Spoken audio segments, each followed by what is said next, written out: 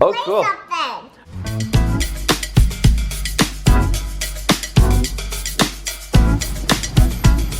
Flowers for experiment, but then acquire.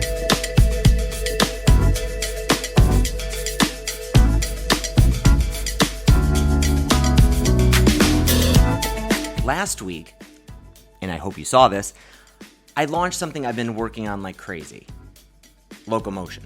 But despite a ton of nice words, lots of love on social media, I didn't sell at all as much as I hoped I would. That's the kind of result that can lead to a lot of disappointment.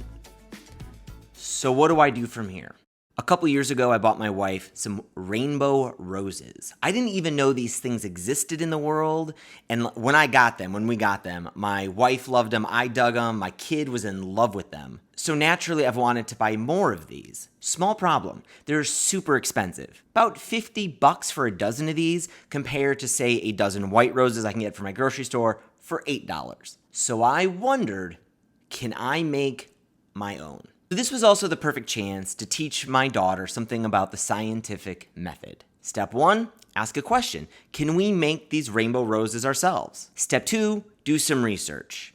Get in there, start learning how people make rainbow roses. What's the science behind it? Step 3, create a testable hypothesis. In other words, if we follow these steps in these YouTube videos, are we gonna end up with some awesome rainbow roses? Step 4, perform our experiment. Step 5, analyze all the data that came in. Step 6, accept or reject your hypothesis. Hi everybody!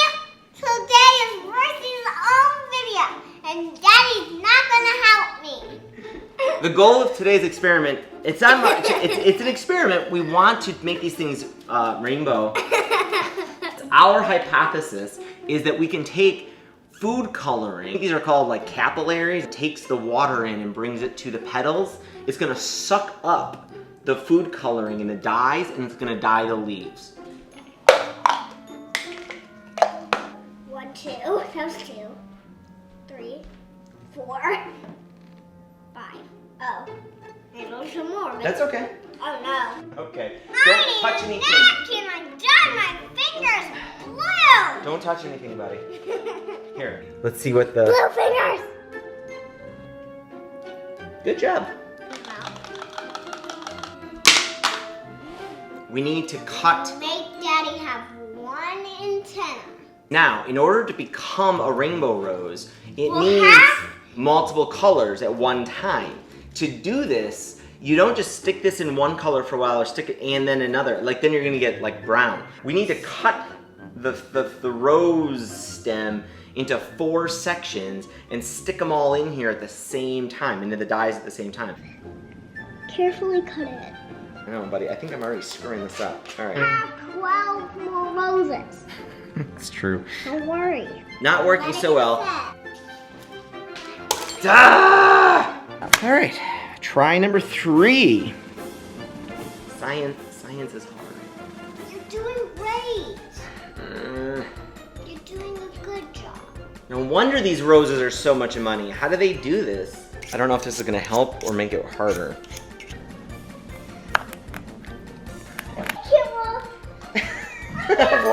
We're gonna have to call it, I've got 4 pretty equal splits. I need something to support, maybe we can use my tripod. Let's use some Scotch tape, like a big loop of Scotch tape. All right, here's our rose. It is taped to my tripod. Already changing colors. You can see the orange, it's crawling up, the green.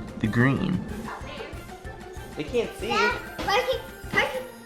See in a couple days, see how that turns out. Our rainbow flowers totally suck. We did not get rainbow roses. We've got roses with a little bit of color kind of sprinkled into the leaves after like 48 hours. Clearly see there's some green now and a little bit of blue. All the red seem to get trapped in these like leaves. So would I consider that a failure? So here's the thing about step 6 of the scientific method. We're only here to observe the data and then to reject or accept the hypothesis. And then if our data doesn't help us accept the hypothesis, we're supposed to iterate. tons of things that we could have iterated on. Our flour could have been cut shorter to speed up the water going up the flour. We used 4 colors, maybe 3 colors would have been more successful. Maybe we didn't put enough food coloring in the water solutions. Maybe we should have tried another flour altogether that's better at this thing than roses are. I could put marker on the petal, You could. That is something we could do. color it.